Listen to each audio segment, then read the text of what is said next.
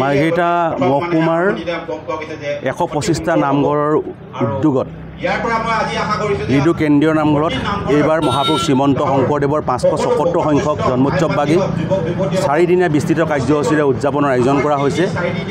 13 তাৰিখৰ পৰা কাৰ্যসূচী অনুষ্ঠিত হ'ব, 16 তাৰিখে সমাপ্তি ঘটিব।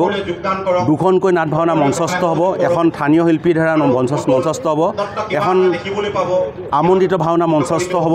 সেইধৰণে প্ৰথম দিনা পুৱা 10 বজাত এই নামঘৰ স্থলীৰ পৰা এক বিশাল ভাগৱত ভ্ৰমণ উলিওৱা হ'ব।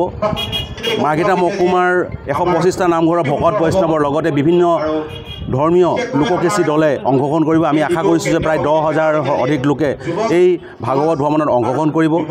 আৰু তাৰ পাছত নাম প্ৰসংগ অনুষ্ঠিত হ'ব। তাত নামাচাৰ্যৰূপে শিৱসাগৰৰ হীৰেণ বাৰদী ডাঙৰীয়াই অংশগ্ৰহণ কৰিব আৰু আটাইকেইদিনে নাম প্ৰসংগ অনুষ্ঠিত হ'ব। বিভিন্নজনে ইয়াত অংশগ্ৰহণ কৰিব আৰু লগতে সদৌ সম্প্ৰীতি দিহানাম প্ৰতিযোগিতা অনুষ্ঠিত হ'ব। যে দিহানাম প্ৰতিযোগিতাত প্ৰথম শ্ৰেষ্ঠ দলে লাভ কৰিব 40,000 টকা, দ্বিতীয় শ্ৰেষ্ঠ দলে 20,000 টকা, তৃতীয় শ্ৰেষ্ঠ দলে 10,000 টকা। সেইধৰণে মাৰ্ঘেৰিটা মহকুমা ভিত্তিত পুৰুষ মহিলাৰ উভয় শাখাত দিহানাম প্ৰতিযোগিতা, যুৱতী শাখাত দিহানাম প্ৰতিযোগিতাৰ লগতে অনুষ্ঠিত হ'ব চেমনীয়া শাখাত দিহানাম প্ৰতিযোগিতা।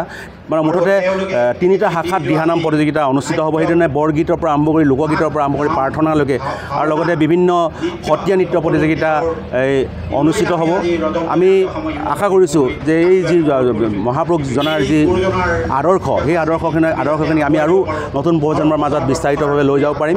এয়াই আমাৰ প্ৰচেষ্টা আৰু আপোনালোক সকলোৰে সহায় সহযোগিতা, ৰাইজৰ সহায় সহযোগিতা আমি একান্তভাৱে কামনা কৰিছোঁ। সমগ্ৰ মাৰ্ঘেৰিটাবাসী ভক্তপ্ৰাণ ৰাইজৰ উপলক্ষে আমি আজি এই মহাপুৰুষ শ্ৰীমন্ত শংকৰদেৱৰ জন্মোৎসৱটি আমি পালন কৰিব লৈছোঁ। তাৰে লাই খুঁটা ইতিমধ্যে আমি স্থাপন কৰিছোঁ। খুব সুন্দৰকৈ সহযোগিতা আগবঢ়াইছে ভজনপ্ৰাণসকলে, ভকতসকলে আমাক আশীৰ্বাদ দি যাওক, আমি খুব সুন্দৰকৈ পালন কৰিব পাৰোঁ। তাৰে আমি ৰাইজক অনুৰোধ জনাইছোঁ। ভক্তপ্ৰাণ ৰাইজে যি ধৰণে বিচাৰিছে ঠিক সেইধৰণে আমি মহাপুৰুষ শ্ৰীমন্ত শংকৰদেৱৰ জন্মোৎসৱটি আমি পালন কৰিব লৈছোঁ। গতিকে মই সকলো মাৰ্ঘেৰিটাবাসী ৰাইজক, ভক্তপ্ৰাণ ৰাইজক, সমূহ ৰাইজক মই অনুৰোধ জনাওঁ, আহ্বান জনাওঁ সভাপতি হিচাপে যে এই অনুষ্ঠানত সকলোৱে অংশগ্ৰহণ কৰি আমাক সহায় সহযোগিতা আগবঢ়াব। নমস্কাৰ, মই উৎপল দাস আৰু আপোনালোকে চাই আছে এনি ভাৰত। আৰু আপোনালোকক জনাবলৈ পাই মই বহুত সুখী হৈছোঁ যে আমাৰ সকলোৰে মৰমৰ শ্ৰদ্ধা জুবিন গাৰ্গৰ গীতসমূহৰ ভিত্তিত এটা খুব সুন্দৰ ৰিয়েলিটি শ্ব' এনি ভাৰতে আয়োজন কৰিছে, জুবিনৰ গানে কি আনে। এই প্ৰথম ছিজনটোত অডিশ্যনছ আৰম্ভ হ'ব আগষ্টৰ পৰা অসমৰ বিভিন্ন জিলাত। গতিকে মই সমূহ কলা কুশলী, বিশেষকৈ যিসকল প্ৰতিভাশীল গায়ক গায়িকা আছে আমাৰ সমাজত, তেওঁলোকলৈ মই এটা আহ্বান জনাইছোঁ, তেওঁলোকে প্ৰস্তুত হওক এই ৰিয়েলিটি শ্ব'ৰ বাবে। আৰু তাৰিখটো হৈছে 15 আগষ্ট 2024 চন, এনি ভাৰতৰ অডিশ্যন জুবিনৰ গানে কি আনে।